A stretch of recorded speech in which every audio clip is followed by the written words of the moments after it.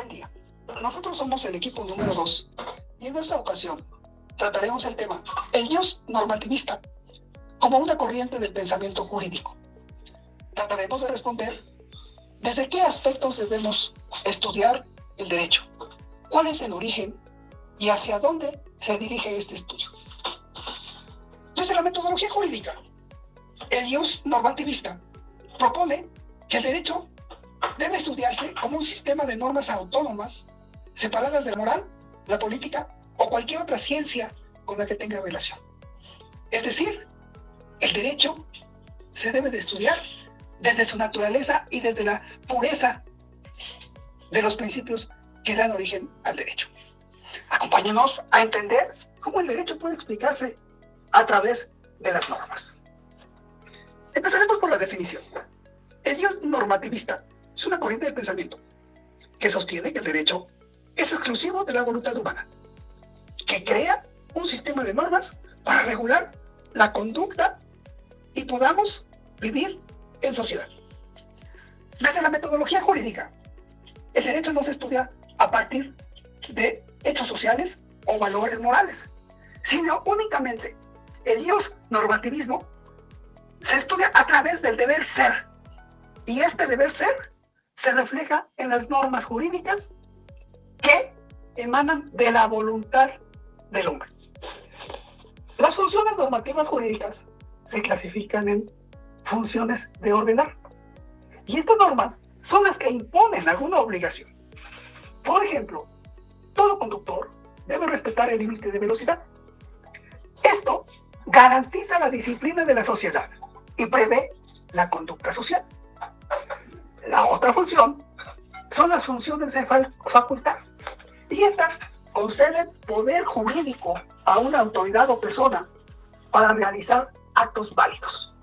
Ejemplo de lo anterior es cuando el juez tiene la facultad de dictar sentencias, y esto nos permite organizar el sistema jurídico y legitima el ejercicio del poder a través de las normas.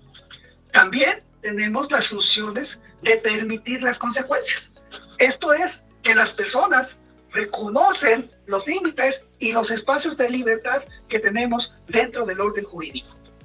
Esto implica que la conducta se interpreta desde la óptica de la norma jurídica, quien decide si se apega al deber ser. Lo anterior nos dice que el derecho debe organizarse y analizarse como un sistema lógico, estructurado y jerárquico, que a partir de la validez de las normas y de su fundamentación en otra norma que la precede. Para esto se ideó algo que se le llama la norma fundante. La norma fundante nos dice que es la base que le da validez a las demás normas jurídicas. ¿Sí? Algunas características de las normas jurídicas es que son coactivas, es decir, deben cumplirse aún en contra de la voluntad del afectado. ¿Es lo que está permitido? ¿Es lo que está prohibido? ¿O es alguna obligación? ¿Sí? De allí tenemos que surgen varios conceptos, los cuales definiremos a continuación. El concepto de la obligación. ¿Qué es una obligación? Es el deber que surge de una norma válida. Está relacionada con una sanción si no se cumple con la norma.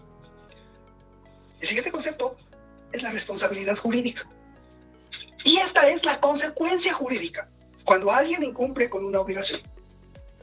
Vincula la norma con la sanción. El principal exponente de esta forma de estudiar el derecho se llamó Hans Kelsen, quien desarrolló la teoría pura del derecho. Y dentro de esto, aparte de lo que ya vimos, para el Dios normativismo, el derecho no es lo justo. El derecho no es moral. El derecho es lo que está establecido en las normas válidas. Los postulados, la base de donde parte este derecho normativista, nos dice que el derecho es un sistema de normas, no de hechos. Como ya habíamos visto, parte de la voluntad del ser humano de crear normas. No tiene historia, no está basada en los hechos. Lo importante no es lo que ocurre, sino lo que las normas establecen. Separamos el derecho de la moral. La moral, como corriente filosófica, nos dice y nos habla del bien y del mal. El derecho nos habla de lo que está escrito en la norma y que voluntariamente los hombres nos apegamos a ella para poder convivir en sociedad. Una norma puede ser injusta, pero si es válida, estamos obligados a respetarla y a seguirla. ¿Se han preguntado alguna vez por qué el mundo no es un caos? No es solo por buena voluntad, es porque vivimos dentro de un sistema de reglas. Hoy vamos a abrir la tapa del derecho para ver cómo funciona la maquinaria por dentro. Vamos a pasar de la famosa pirámide de leyes a entender por qué una regla es válida.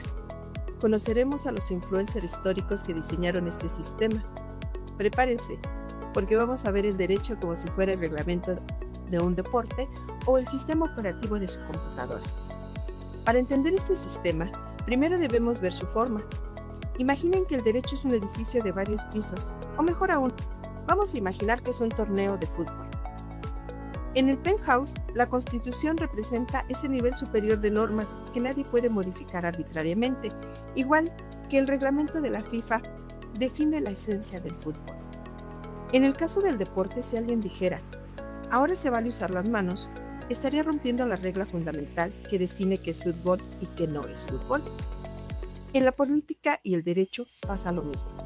La Constitución fija los límites y principios básicos, y aunque se pueden cambiar leyes secundarias, no se puede alterar la esencia sin un proceso formal y legítimo. Los pisos intermedios van a representar las leyes, las normas generales que organizan la vida en sociedad, como las reglas del torneo que fijan la duración de un partido, el número de cambios, el número de jugadores, etc.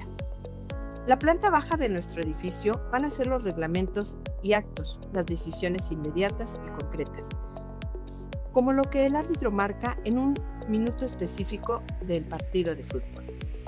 Lo interesante es cómo se refleja la jerarquía normativa. La Constitución manda sobre las leyes mandan sobre los reglamentos. Si el árbitro decide algo contrario al reglamento, se puede impugnar. Si una ley contradice la Constitución, puede declararse inconstitucional. Así todo se mantiene ordenado y coherente. La clave, aquí en nuestra analogía con el fútbol, es que si un árbitro inventa una regla que va en contra del reglamento de la FIFA, esa decisión simplemente no sirve, no es válida. En el derecho es igual. Ninguna ley pequeña puede ganarle a la Constitución. Es este orden jerárquico lo que da estabilidad y seguridad a nuestro sistema. Y pensemos, ¿qué hace que una regla sea válida? Aquí entra la validez formal. No importa si la norma es buena o mala, sino cómo fue creada, si fue correctamente realizada. Por ejemplo, si en su grupo de amigos alguien dijera, todos a partir de hoy me deben dar 5 pesos.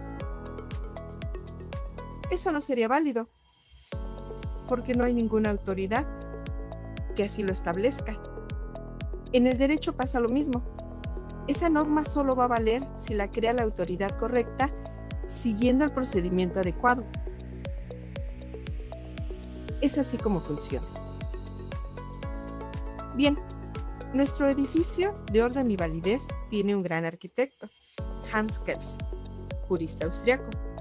Kelsen proponía algo muy claro, que imagináramos que el derecho es como una máquina.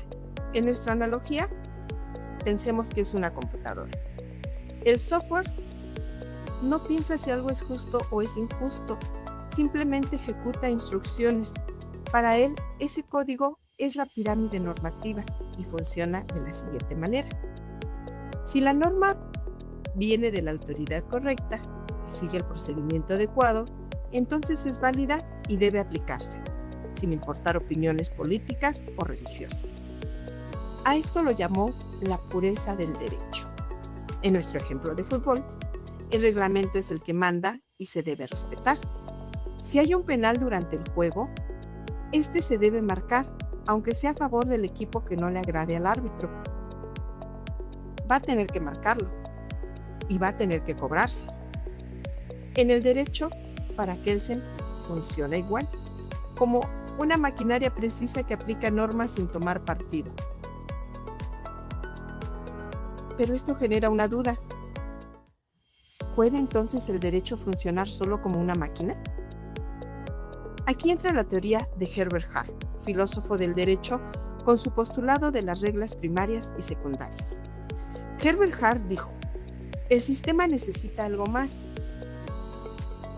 y lo dividió en dos reglas. Las reglas primarias, que son las que usamos todos los días, las que nos dicen: no pises el césped, no conduzcas en estado de ebriedad, paga tus impuestos. Y las reglas secundarias, las que permiten crear, cambiar o eliminar otras reglas. Pensemos en un videojuego. Las reglas primarias serían los controles, las secundarias, el menú de configuración. Hart decía que sin ese menú, el derecho sería rígido y no podría evolucionar. Gracias a esas reglas, el sistema puede adaptarse a nuevas realidades. Sin embargo, si hay muchas reglas, también esto puede generar conflictos. Aquí entra Norberto Bobbio, un filósofo italiano que con su teoría del ordenamiento jurídico veía el derecho como un sistema de engranajes, los cuales hacían que al moverse se fueran adecuando unos con otros. Decía que el derecho debía ser unitario. Todo el sistema jurídico tiene un mismo origen y base. No son reglas sueltas o inventadas al azar. También debe ser coherente. Aquí la idea es que las normas no se contradigan entre sí, porque sería un desastre, nadie sabría qué hacer. Se generaría una gran confusión. No puede haber una ley que permita algo y otra que lo prohíba al mismo tiempo. Por eso existen mecanismos para resolver conflictos entre normas y así mantener la lógica del sistema completo. Esto significa que el derecho debe tener una respuesta para todos los casos. Por ejemplo, imagínate que tenemos una aplicación y al usarla aparece un error que dice: no sabemos qué hacer. Esta aplicación sería totalmente inútil. En el derecho sucede lo mismo, ya que siempre debe de ofrecerse una solución, aunque el caso sea nuevo o complicado. Por eso existen herramientas como la interpretación, la analogía o los principios que ayudan a llenar estos vacíos. En conjunto, estas tres ideas hacen que el derecho funcione como un sistema confiable. Todo viene de un mismo origen, no se contradice y siempre tiene una respuesta. Para complementar este panorama, vamos a mencionar a dos pensadores clave. Ronald Dworkin, el humanista. Dworkin nos recordó que el derecho no solo son engranajes fríos, también existen principios como la justicia y la dignidad que deben guiar cada decisión. Es como el sentido común del sistema. Evita que las normas se apliquen de manera ciega. Por ejemplo, una ley puede ser válida, pero si choca con la dignidad humana, los jueces deben interpretarla a la luz de sus principios. Así, Dworkin le dio al edificio jurídico un corazón que late, no solo reglas mecánicas. Jürgen Habermas, el conversador, puso el foco en la legitimidad. Las leyes son válidas porque las construimos hablando y poniéndonos de acuerdo. Para él, el derecho es el resultado de una gran conversación ciudadana. No basta con que una norma sea formalmente correcta. Debe surgir del diálogo y la participación democrática. En otras palabras, el derecho es un pacto social que nace de la comunicación entre ciudadanos. El derecho no es un libro viejo en una biblioteca. Es la pirámide de Kelsen que nos da orden. Es el sistema flexible de Hart que nos permite cambiar. Y es la coherencia de Bobbio que evita conflictos. La próxima vez que vayas a observar una regla, a firmar un contrato, recuerda, estás participando en un sistema que organiza toda nuestra vida. El jus-normativismo tiene su idea central en que el derecho es un sistema cerrado de normas jurídicas. ¿Qué significa esto? Para Kelsen, lo único que importa para saber si algo es derecho es revisar si la norma es válida. Y una norma es válida no porque sea justa, no porque sea moral, no porque nos guste. Es válida si fue creada por la autoridad competente y siguiendo el procedimiento que otra norma superior establece. A eso le llamó pirámide normativa o estructura escalonada del orden jurídico. También es conocida como la pirámide de Kelsen. En la punta está la Constitución y de ahí se derivan leyes, códigos, reglamentos, etc. Pero eso sí, todos están conectados. Entonces, desde el jus-normativismo puro, el juez no decide con base en su opinión personal, no analiza si la ley le parece justa o injusta, solo verifica una cosa: ¿la norma existe y es válida dentro del sistema? Si la respuesta a esta pregunta es sí, entonces la aplica. Esto demuestra que el derecho puede separarse de la justicia y aún así seguir funcionando como un sistema objetivo y predecible. Ahora sí, vamos al primer caso, para ver cómo funciona esto en la vida real. La prisión preventiva oficiosa es nuestro caso número 1. En este caso, la prisión preventiva oficiosa es una medida cautelar que está en el artículo 19 de nuestra Constitución mexicana. Básicamente, nos dice que para ciertos delitos graves, el juez debe ordenar que la persona acusada se vaya a prisión en automático, sin analizar si realmente hay riesgo de que se fugue o si puede llevar su proceso en libertad. ¿Qué delitos son los que abarca para que pueda dictarse una prisión preventiva oficiosa? La delincuencia organizada, homicidio doloso, violación, secuestro, trata de personas, delitos cometidos con armas de fuego, entre otros. Pongamos un ejemplo concreto que salió en las noticias. Una persona es detenida por portación de arma de fuego de uso exclusivo del ejército. El Ministerio Público lo lleva ante el juez. El juez, aunque la persona tenga domicilio fijo, trabajo estable y no tenga antecedentes, no puede dejarlo en libertad. ¿Por qué? Porque el artículo 19 constitucional se lo ordena. La norma dice: el juez ordenará la prisión preventiva oficiosamente. No dice si quiere o si lo considera, dice ordenará. Desde el jus-normativismo, esto es derecho válido y punto. La norma está en la Constitución, que es la norma suprema. Fue creada por el Poder Constituyente, entonces se aplica aunque a mucha gente le parezca injusto o excesivo. Pero aquí se pone interesante, y es donde el jus-normativismo nos ayuda a entender el conflicto jurídico actual.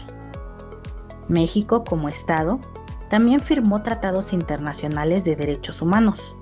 El más importante para este tema es la Convención Americana sobre Derechos Humanos, también llamado Pacto de San José. En su artículo 7 dice que toda persona tiene derecho a la libertad personal y que nadie puede ser sometido a detención arbitraria. También dice que toda detención debe ser revisada por un juez para ver si es necesaria. Entonces tenemos un choque de normas válidas. Por un lado, el artículo 19 constitucional que ordena prisión automática. Por otro lado, un tratado internacional que dice siempre debe haber revisión judicial. ¿Qué hacemos? El jus-normativismo nos da la respuesta. Revisemos la jerarquía. Después de la Reforma Constitucional de Derechos Humanos de 2011, en México los tratados internacionales de derechos humanos están al mismo nivel que la Constitución. Por eso en 2022 y 2023, la Suprema Corte de Justicia de la Nación tuvo que resolver este choque y dijo algo clave. La prisión preventiva oficiosa sigue en la Constitución, no la eliminaron, pero ahora los jueces están obligados a hacer un control de convencionalidad. ¿Qué significa eso? Que en cada caso el juez debe revisar si aplicar la prisión automática viola o no los derechos humanos de esta persona en específico. Si ve que no hay riesgo de fuga y que meterla a la cárcel sería desproporcionado, puede usar otra medida cautelar como brazalete o firma periódica. ¿Cómo explica todo esto el jus-normativismo? De dos formas. Primero, nos explica por qué la prisión preventiva existió y se aplicó por años sin discusión, porque era una norma válida en la Constitución y eso era suficiente. Y segundo, nos explica por qué ahora puede no aplicarse, porque entró al sistema otra norma válida del mismo nivel jerárquico, los tratados internacionales, que obliga al juez a hacer ese análisis. El juez no está siendo activista ni desobedecido, simplemente está aplicando otra norma que también forma parte de nuestro sistema jurídico. Para Kelsen esto era normal. El derecho es un sistema dinámico donde las normas se interpretan y jerarquizan entre sí.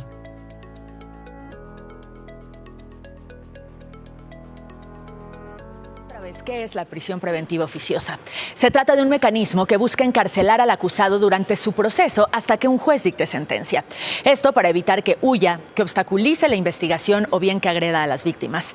Es decir, es un encarcelamiento por adelantado.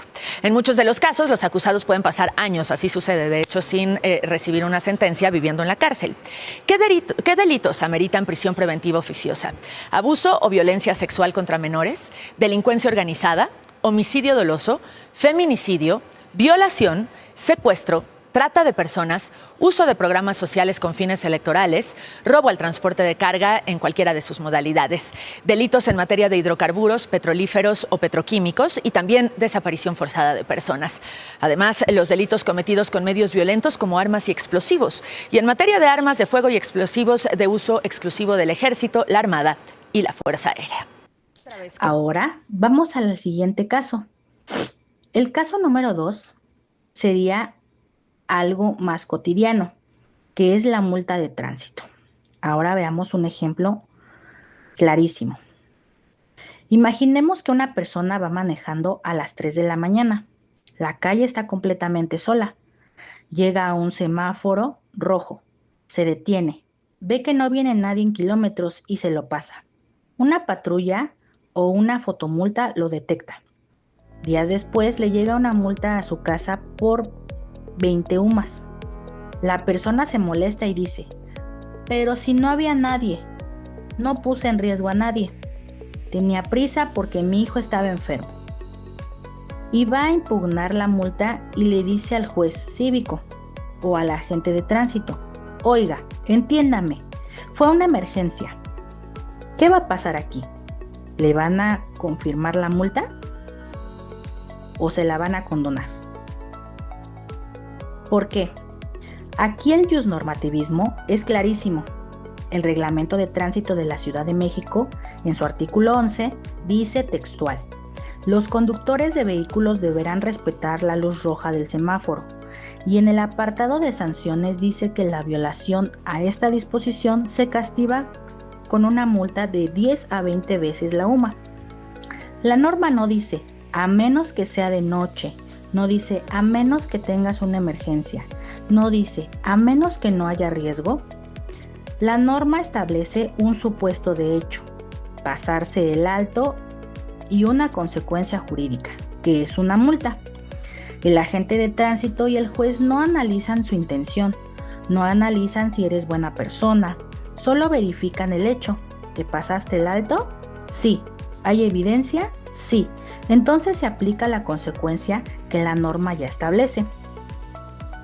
Esto permite que el derecho sea objetivo y que todas las personas sean tratadas de la misma manera ante la misma conducta. Si el derecho dependiera de la intención, sería un caos. Una persona diría, tenía prisa, otra diría, no vi el semáforo, otra diría, pensé que estaba en amarillo. El sistema sería impredecible y dependería del criterio de cada agente de tránsito. Por ello, Kelsen insistía, el derecho debe limitarse a verificar hechos y aplicar normas. La moral, la justicia o la intención son discusiones para la filosofía, para la ética, para la política, pero no para el operador jurídico que aplica la ley. Así se garantiza que el sistema sea predecible y funcione igual para todos, sin importar quién seas.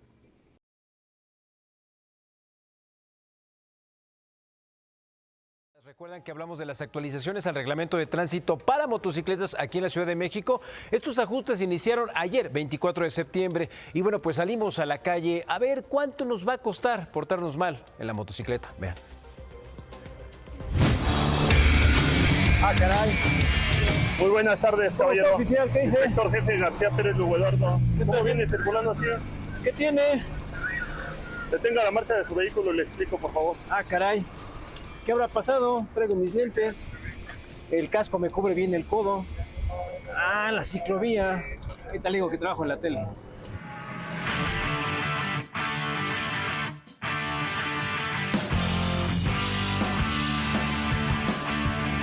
Conducir una motocicleta es una experiencia única. Es un medio de transporte que te permite llegar más rápido a tu destino. Ayuda a minimizar el tráfico, pues no ocupas tanto espacio como un auto. Y salir a carretera te da la oportunidad de conocer desde una perspectiva diferente lo que sucede a tu alrededor. Sin embargo, al ser un vehículo con estas características, tú eres parte de la carrocería, por lo que la seguridad es vital. Y cumplir con el reglamento no solo te hará mejor ciudadano, sino que además te ayudará a llegar sano y salvo a casa. A partir del 24 de septiembre hay una actualización en el reglamento de motocicletas en la Ciudad de México y qué mejor que los oficiales García y Montes de Oca que nos ayuden a asesorarnos. Transportar a menores de 12 años, sobre todo que no puedan sujetarse, ¿esto cómo va a aplicar? Va a ser meritorio de depósito vehicular aquel motociclista que traiga menores de edad y no se puedan sujetar por sus cuestiones de seguridad. Llevar a más personas de las señaladas en la tarjeta de circulación, a veces llevan hasta el perro, oficial. Así es, la tarjeta de circulación nos marca la capacidad de personas que tienen una motocicleta para circular. Si traes más de 2 personas, se te va a sancionar de igual forma con depósito vehicular a partir del 24 de septiembre. ¿Cómo van a funcionar las licencias? Yo ya tengo mi licencia permanente, ¿me sirve o no me sirve? ¿Tengo que actualizar mi licencia? ¿Qué hago? Para conducir las motocicletas se va a poder conducir con licencia tipo A1, A2 y permanente. Si yo tengo permiso porque soy menor de edad. Los menores de edad, aunque cuenten con permiso, no podrán manejar motocicletas. Solo mayores de 18 Solo años. Mayores de 18 años con licencia A1, A2 y permanente. Muy bien, ahora vamos a pasar a las cuestiones de seguridad. A ver, lo primero que te puede lastimar en la motocicleta es la cabezota. Entonces hay que entender por qué tenemos que tener un casco de protección bueno. Oficial Montes de Oca, ¿cómo va a funcionar en este nuevo reglamento el uso del casco? Debe ser un casco exclusivo para conducir motocicletas. No podemos traer un casco de bicicleta, un casco... Es que el de béisbol me quedaba todavía, ¿no? No, ese ya no va a ser va a ser meritorio también de sanción y su motocicleta va a ser trasladada a un corralón. Abierto, cerrado, ¿usted qué recomienda? Debe ser cerrado y debe traer visera. Visera, que es esta para que no nos vea. Que traiga también la correa y que debe estar abrochado. Abrochado siempre. Hay que traerlo colocado debidamente en la cabeza y abrochado. ¿Cuánto nos va a costar a partir del 24 de septiembre todas las faltas que hagamos? Si se dieron cuenta, la gran mayoría simplemente es para nuestra seguridad. Así es que, créanme, manejar motos es una de las cosas más bonitas, pero son cada vez más motos en la Ciudad de México. No se metan en la ciclovía, manejen con precaución y créanme que si entre automovilistas, peatones, ciclistas y motociclistas hacemos equipo, esta ciudad va a ser una chulada para andar en el transporte que ustedes quieran. Vamos al estudio. Para el último caso, tenemos la pensión alimenticia. También es muy común. El Código Civil Federal, en su artículo 301, dice que los padres están obligados a dar alimentos a sus hijos.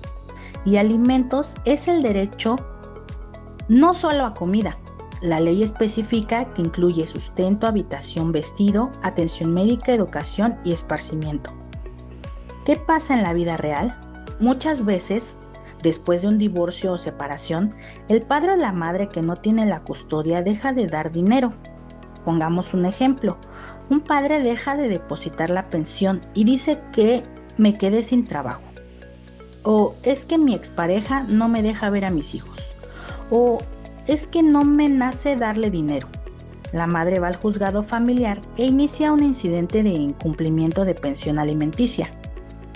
¿Qué hace el juez? El juez no cita al padre para preguntarle si quiere pagar o si se siente moralmente obligado. El juez solo verifica 2 hechos objetivos que la norma exige. Primero, ¿está acreditado el parentesco? Sí, con el acta de nacimiento. Segundo, ¿está acreditada la necesidad del menor? Sí, por el hecho de ser menor de edad. Si esos 2 supuestos se cumplen, el juez aplica la consecuencia que la norma establece. Ordena el pago y si no paga voluntariamente, ordena el descuento vía nómina directo a la empresa donde trabaja. Y si no tiene trabajo formal, puede ordenar el embargo de bienes o incluso en casos extremos el arresto hasta por 36 horas. Desde el jus normativismo, esto no es una cuestión moral. Se trata de si la persona quiere o no. Es una obligación jurídica y debe cumplirse porque ésta establece la ley. Si no se cumple, puede haber consecuencias legales muy graves. Incluso puede llegar a ser un delito. El Código Penal Federal, en su artículo 193, tipifica el delito de incumplimiento de obligaciones de asistencia familiar. Esto demuestra la importancia que el sistema jurídico le da a esta obligación. Para el juez de lo familiar, la discusión no ¿es justo que pague? La discusión es, ¿la norma es válida y aplicable a este caso? Si la respuesta es sí, se aplica sin juicios de valor.